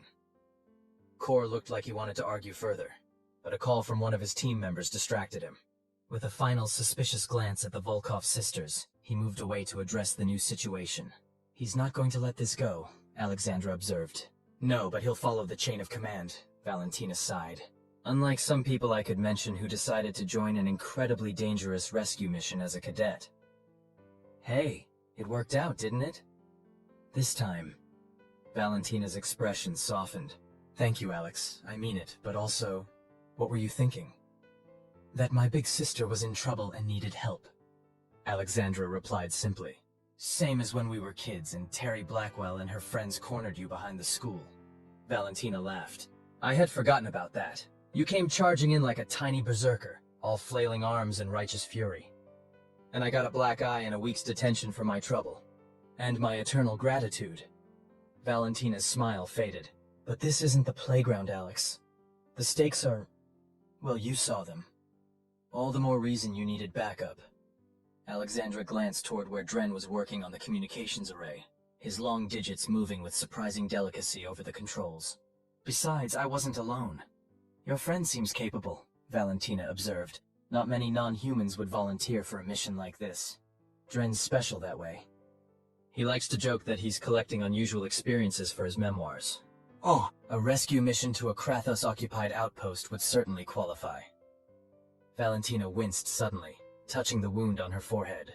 You should let the medic check that, Aleksandra said, concern creeping into her voice. Later. First we need to... Whatever they needed to do was interrupted by a shout from Dren. We've got company! Multiple Krathos signatures converging on our position! Kor was immediately in motion, deploying his team to defensive positions. How many? At least 20, maybe more, Dren replied, his eyes fixed on the terminal. They're coming from both directions.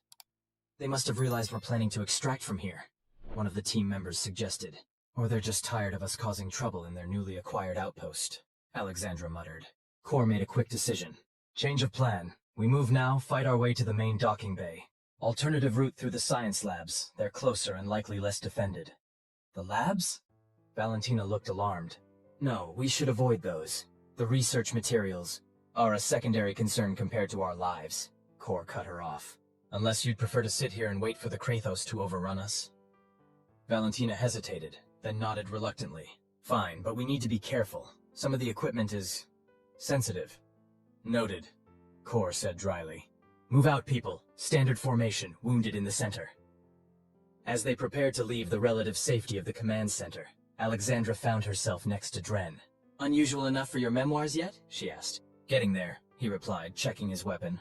Though I would have preferred a chapter that didn't involve quite so many beings trying to kill us. Those are the best chapters, Aleksandra assured him with a grin that she didn't entirely feel. The corridor outside was eerily quiet, the alarms having finally ceased their cacophony.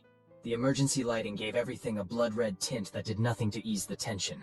They moved quickly but cautiously, Kor and two of his team on point, Aleksandra and Dren flanking Valentina in the center, with Mex and the others covering their rear. The route to the science labs took them through areas of the outpost that showed less damage from the initial Krathos assault. These sections had apparently been secured quickly and intact. Almost there, Kor announced as they approached a set of heavy security doors marked with the Confederation Science Division insignia. Volkov, you said you know the layout. What can we expect inside? Standard research configuration, Aleksandra replied. Central hub with laboratory modules branching off. Multiple exits on the far side leading toward the main docking area. Good. Stay close. Stay quiet. And... The doors ahead suddenly slid open, revealing a scene none of them had expected. The central hub of the science labs was occupied, not by Krathos warriors, but by a mixed group of Confederation scientists and what appeared to be security personnel. They looked up in surprise at the sudden arrival of Kor's team. What the hell? One of the scientists, a tall Andorian with characteristic blue skin, exclaimed. Who are you people? Confederation strike team, Kor replied, equally confused. We're here to rescue the hostages and evacuate the station. Why aren't you secured or under guard? The scientists exchanged glances. Hostages? What hostages? We've been working here all day. That's impossible, Aleksandra said. The Krathos took over the station 12 hours ago. We've been fighting them since we arrived. Krathos? The Andorian scientist looked genuinely baffled. There are no Krathos on this station, at least none that we've seen. A cold feeling began to spread through Aleksandra's chest. Something was very wrong here. She glanced at Valentina, whose expression had gone carefully neutral again. That diplomatic mask that revealed nothing. If there's been no Krathos incursion in this section, Kor said slowly, then why did all communications with the outpost go dark? Why were we receiving emergency signals? Communications are down? Another scientist asked. We've been in isolation protocol for the past day. Standard procedure for the final phase of the project. No external communications allowed. Valentina stepped forward. Dr. Thalev, she addressed the Andorian, has anyone accessed the Helios prototype in the last 12 hours? The scientist's eyes widened in recognition. Ambassador Volkov, I didn't expect... Wait, how do you know about... Just answer the question, please, Valentina pressed. No, of course not. The prototype is secured in the Level 5 containment chamber. Only 3 people have access, and none of them have used it today. Aleksandra watched her sister's face carefully. There was something Valentina wasn't saying, something that connected the apparently contradictory information they were receiving. "Core," she said quietly, "I think we need to..." A new alarm suddenly blared through the lab, different from the earlier evacuation signals. This one pulsed with an urgent, strident tone that made everyone flinch. "Containment breach," Dr. Thelev announced, rushing to a nearby console. "Level 5, but that's impossible. The Helios chamber is..." The outpost shuddered violently, throwing several people off their feet. The lights flickered, died, and then returned at half strength. "What the hell was that?" Core demanded, helping one of his team members up. "A power surge unlike anything I've ever seen," Thelev replied, his fingers flying over the console. "It originated in the containment chamber, but it's affecting systems all over the station." Another tremor, stronger this time. Warning lights began flashing on multiple displays. "The prototype has been activated," Thelev said, his voice rising in alarm. "But the containment field isn't stable. If it collapses completely..." "Everyone out!" Valentina shouted, all pretense of diplomatic calm gone. "Evacuate to the main docking bay immediately." "Not without answers," Core growled, grabbing her arm. "What's happening here?" "What's happening is that someone has activated an experimental wormhole generator without proper safety protocols," Valentina snapped. "And if we don't get off this station in the next 10 minutes, we'll be scattered across several dimensions in very small pieces." That got everyone moving. The scientists began shutting down equipment and grabbing essential data cores, while Core's team organized them into evacuation groups. "Alex," Valentina said, pulling her sister aside, "I need you to do something for me." "Now? We're kind of in the middle of an evacuation." "This is important. More important than any of us." Valentina pressed a small data device into Aleksandra's hand. "This contains everything about Project Helios, the real Project Helios, not what the Confederation has been telling its member worlds." "What do you mean, real project?" Valentina glanced around to ensure they weren't overheard. "The wormhole technology is only part of it. The project was actually designed to create a defensive network, controlled spatial rifts that could be opened in case of full-scale Krathos invasion. A last resort system that could effectively cut off entire sections of space from each other." That's insane," Aleksandra whispered. "It would isolate colonies, disrupt trade. It would save lives if the alternative was Krathos occupation," Valentina countered. "But that's not the point now. Someone has activated a prototype that was never meant to be operational. And I'm betting it's the same someone who told the Krathos I had access." Another tremor shook the station, this one accompanied by a distant sound of tearing metal. "The mole," Aleksandra realized. "But why trigger it now? Why not just steal the data? Because they want to destroy the evidence. And possibly all of us with it." Valentina's expression was grim. "You need to get this data to Admiral Bennett, no one else. Not the Confederation Council, not the Academy leadership, just Bennett." "What about you?" "I'm going to the containment chamber. There might still be time to shut it down." "Absolutely not," Aleksandra said firmly. "That's suicide. It's my responsibility. I helped create this technology. I can't just run away when it threatens to destroy everything around it." "Then I'm coming with you." "No. The data has to reach Bennett." Valentina gripped her sister's shoulders. "Alex, please. I know what I'm doing. This isn't like when we were kids. You can't just charge in and save me with sheer stubbornness." "Watch me," Aleksandra replied, but there was uncertainty in her voice. The weight of the data device in her hand seemed to grow heavier with every passing second. "Ambassador!" Dr. Thelev called from across the lab. "We have a problem. The containment chamber's safety overrides have been manually disabled. Someone deliberately removed the failsafes." "Sabotage," Valentina murmured. "They're still here. The mole is still on the station." Core approached them, his expression dark. "Evacuation shuttles are preparing for departure. We need to move now." "There's been a change of plan," Valentina told him. "I need to get to the containment chamber. The rest of you should evacuate immediately." "Not a chance," Core replied. "My orders are to extract all hostages, particularly you." "Your orders assumed a straightforward Krathos incursion," Valentina argued. "This is something else entirely. A wormhole collapse could destabilize space for light years around. Millions could die." Core hesitated, clearly torn between his duty and the larger threat. "Take half your team and get everyone else to the evacuation point," Valentina suggested. I only need 1 or 2 people to help me reach the containment chamber. After a moment's consideration, Kor nodded. Agreed, but I'm coming with you. So am I, Aleksandra added, her tone leaving no room for argument. And me? Dren chimed in, earning surprised looks from everyone. He shrugged. What? Someone needs to handle the technical aspects, and I'm the best you've got. Valentina looked like she wanted to argue further, but another violent tremor decided the matter for her. Fine. The 4 of us will go to the containment chamber. The rest of you, get to the evacuation shuttles. If we're not there in 15 minutes, leave without us. Make it 20, Kor amended. I'm not in the habit of abandoning my people if I can help it. With the decision made, they split into 2 groups. As the main evacuation party headed for the docking bay, Valentina led their smaller team toward a secure elevator at the back of the lab. Level 5 is 6 decks down, she explained as they entered. Isolated from the main station for safety reasons. That doesn't seem to have helped much, Dren observed dryly.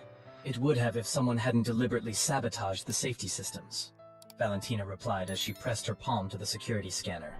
After a moment, the elevator hummed to life, beginning its descent. So who is it? Aleksandra asked. The mole, I mean. Do you have any suspicions? Several, but nothing concrete. It would have to be someone with high clearance and technical knowledge. Like a science officer, Kor suggested. Or a security administrator. Or a diplomat with access to classified research, Dren added, earning a sharp look from Valentina. If you're implying... I'm not implying anything, Dren said mildly. Just noting that the suspect pool isn't as limited as we might hope. The elevator slowed, then stopped. The doors remained closed. That's not good, Valentina murmured, pressing the door release. Nothing happened. Allow me, Dren said, moving to the control panel and removing its cover. Basic override should... that's interesting. Define interesting, Kor growled. Someone has rerouted the elevator controls. We're actually on level 5, but the system has been told not to open the doors. Dren's fingers worked quickly, bypassing circuits and rewiring connections. Almost got it. There. The doors slid open, revealing a dimly lit corridor beyond. Unlike the upper levels of the station, this area showed clear signs of a struggle. Scorch marks on the walls, equipment scattered across the floor, and what appeared to be bloodstains leading away from the elevator.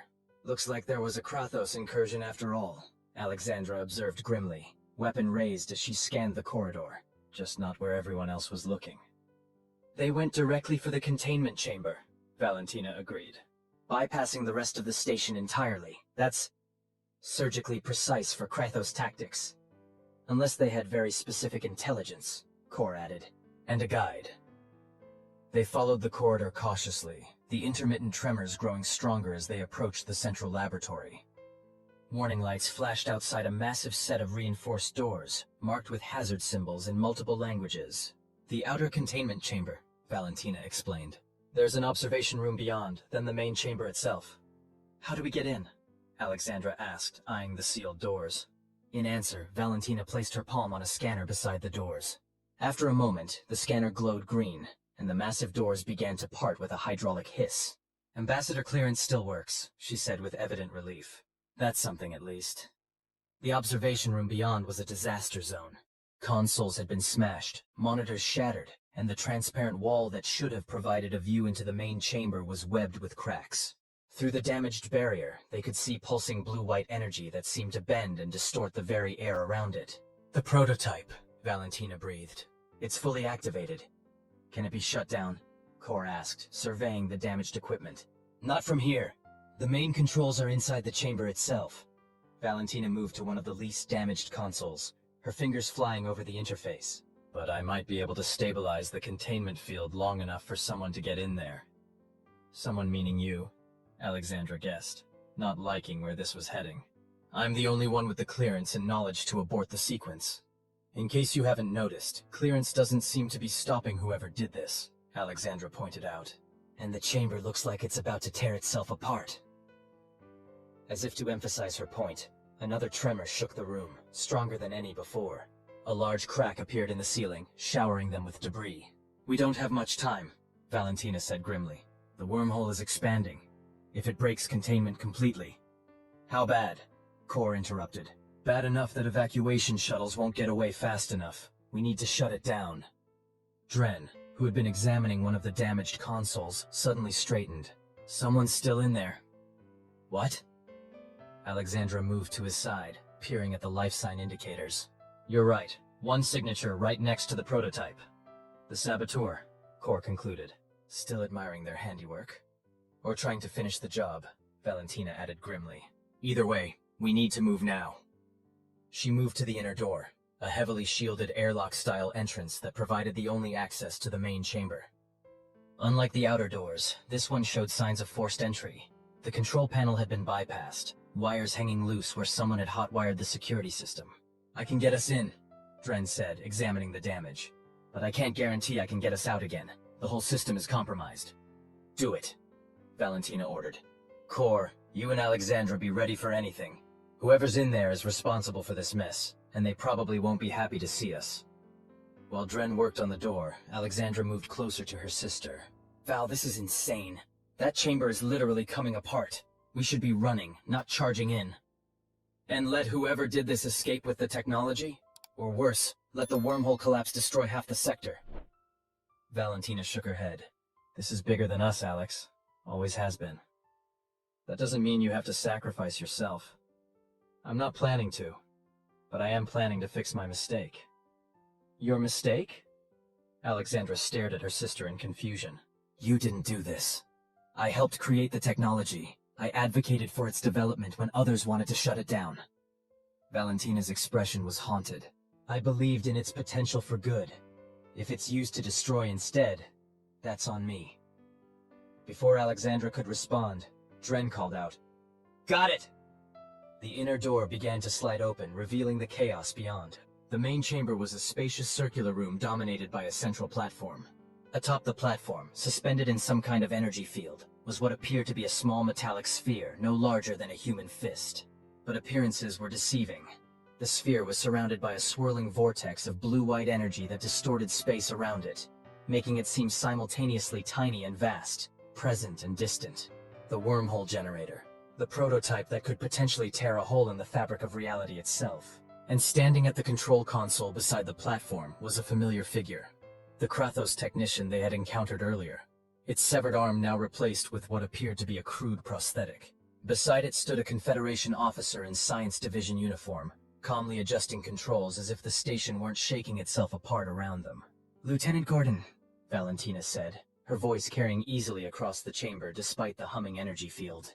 I wish I could say I'm surprised.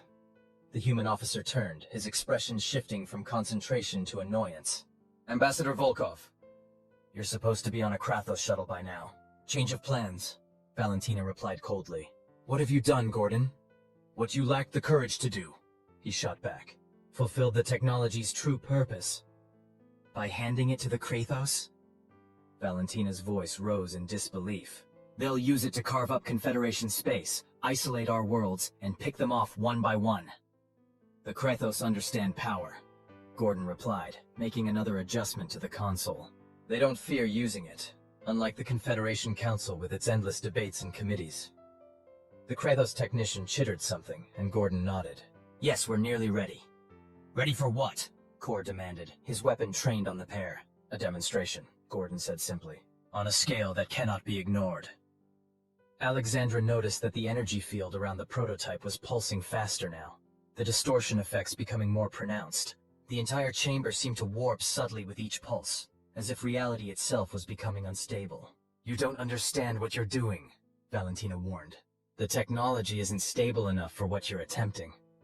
You always underestimated it, Gordon replied. Always held back its true potential.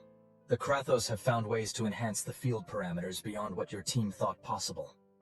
At the cost of safety protocols, Dren interjected, having moved to a side console where he was rapidly scanning data.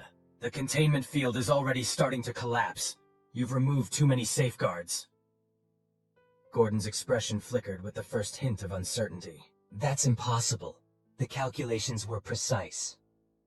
Your calculations didn't account for quantum resonance effects in an active vacuum, Valentina shot back. We hadn't solved that problem yet. A violent tremor shook the chamber, stronger than any before. A support beam crashed down from the ceiling, narrowly missing Core. We need to abort now, Valentina said, moving toward the central console, before the field collapse reaches critical. Gordon raised a weapon. Not a standard Confederation issue, but something that looked like a Krathos design modified for human use.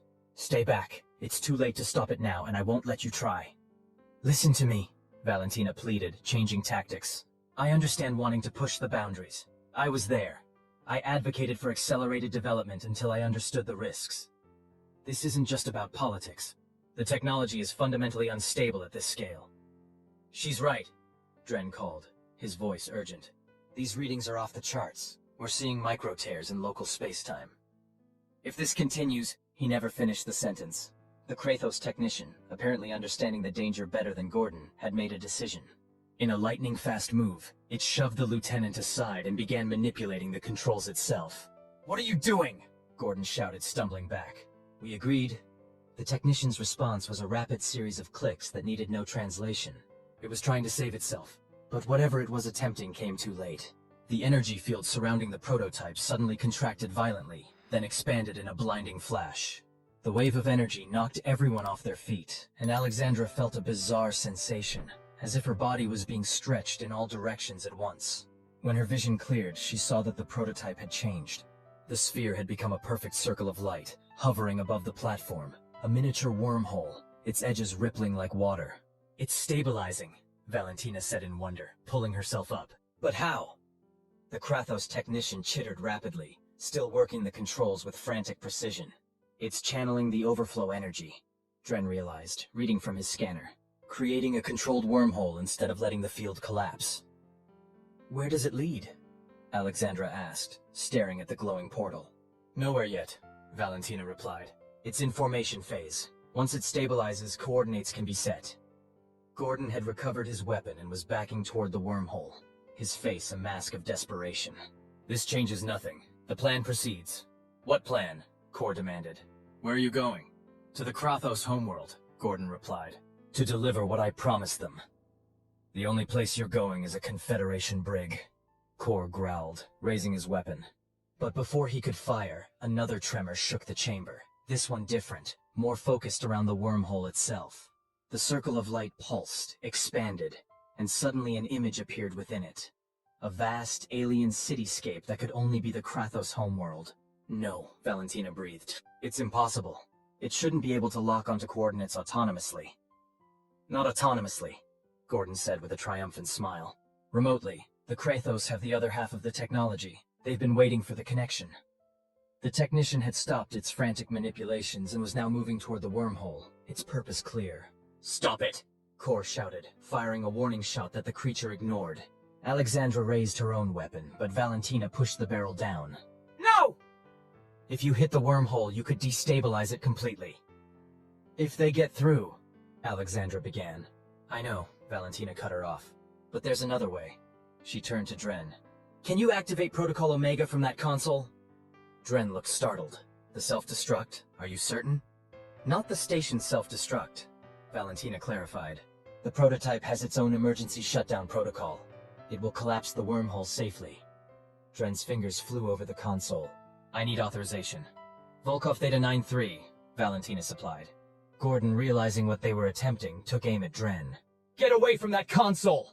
Aleksandra reacted instantly, throwing herself at Gordon. They crashed to the floor, wrestling for control of the weapon. Despite his science division background, he fought with surprising strength. The desperation of a man who knew his life was forfeit if he failed. The Krathos technician had reached the wormhole now, its clawed appendages reaching toward the glowing surface. As they made contact, the creature seemed to stretch, its form elongating as it began to be drawn through. "Authorization accepted," Dren called. "Protocol Omega initiating in 10 seconds. "No!" Gordon screamed, redoubling his efforts against Aleksandra. He managed to get a knee up into her stomach, forcing the air from her lungs. As she gasped, he broke free and scrambled toward the wormhole. Kor fired, catching Gordon in the leg. He stumbled but kept moving, dragging himself toward the portal where the Krathos technician was now halfway through. 5 seconds, Dren called. The commander, who had been remarkably quiet throughout the confrontation, suddenly moved. It launched itself from the shuttle's ramp, crossing the distance to the wormhole in a single powerful leap. 3! Alex! Valentina shouted. The data, remember! 2. Gordon reached the wormhole, his hand stretching toward its surface just as the commander passed through. 1! The console under Dren's hands erupted in sparks. The wormhole pulsed once, twice, and then contracted violently, shrinking to a pinpoint of light that lingered for a moment before winking out entirely. The silence that followed was absolute. The tremors had stopped. The alarms had ceased. All that remained was the soft hiss of damaged equipment and the ragged breathing of the survivors. Gordon lay sprawled on the platform, his hand outstretched toward where the wormhole had been, his expression one of utter disbelief. Of the Krathos technician, there was no sign. It had made it through just before the collapse. "Is it over?" Aleksandra asked, pulling herself to her feet. "For now," Valentina replied, moving to examine the remains of the prototype. The sphere that had housed the technology was now a melted, twisted lump of metal. "The device is destroyed. This prototype, at least." "And the Krathos?" Kor asked. "One got through, with knowledge of the technology." Valentina's expression was grim. "And we have a confirmed traitor within the Confederation. There could be others. So we've bought time, nothing more," Aleksandra concluded. "Sometimes time is all you need." Valentina placed a hand on her sister's shoulder. "The data device I gave you. It contains more than just Project Helios specifics. It has evidence of a wider conspiracy. Names, communications, meeting records." "You knew?" Aleksandra stared at her sister. "You knew there were traitors?" "I suspected. I've been gathering evidence for months." Valentina looked at Gordon, who was being secured by Kor. "He was just one piece of the puzzle." A voice crackled over their comms. The extraction team, requesting status. "Tell them we're ready for pickup," Valentina instructed Kor, "and that we have a high-value prisoner." As Kor relayed the information, Aleksandra found herself studying her sister with new eyes. The diplomat, the spy, the sister who had always seemed so straight-laced and by the book. "So what happens now?" she asked. "Now," Valentina said, her expression resolute. "We prepare for war. The Krathos won't stop with one failed attempt. They'll be back, and next time they'll be better prepared. And the data? Gets to Admiral Bennett, as planned. He's one of the few people I still trust implicitly." Valentina glanced at Dren, who was still working at the console, trying to salvage what data he could. "Your friend has earned his place in those memoirs he's always talking about." Aleksandra smiled despite the gravity of the situation. "He'll be insufferable now." "I heard that," Dren called without looking up. As they waited for extraction, Aleksandra's thoughts turned to the academy, to the safe, structured environment where her biggest concern had been xenobiology classes and combat training scores. That world seemed very far away now. "You're not going back," Valentina said quietly, reading her thoughts. "Are you?" "I don't think I can," Aleksandra admitted. "Not after this. Not knowing what's coming." Valentina nodded, a mixture of pride and sadness in her eyes. "I'll speak to Bennett. There's a place for you in the intelligence division, if you want it." "Working with my big sister?" Aleksandra raised an eyebrow. "I think I'd rather face the Krathos." Valentina laughed, the sound unexpected in the devastated chamber. "You just might get both wishes." The extraction team arrived minutes later, efficient and professional as they secured the area and prepared for evacuation. As they were escorted out, Aleksandra took one last look at the remains of Project Helios, a melted sphere that had almost spelled disaster for the entire station. The battle was over, but the war was just beginning, and this time she would be ready.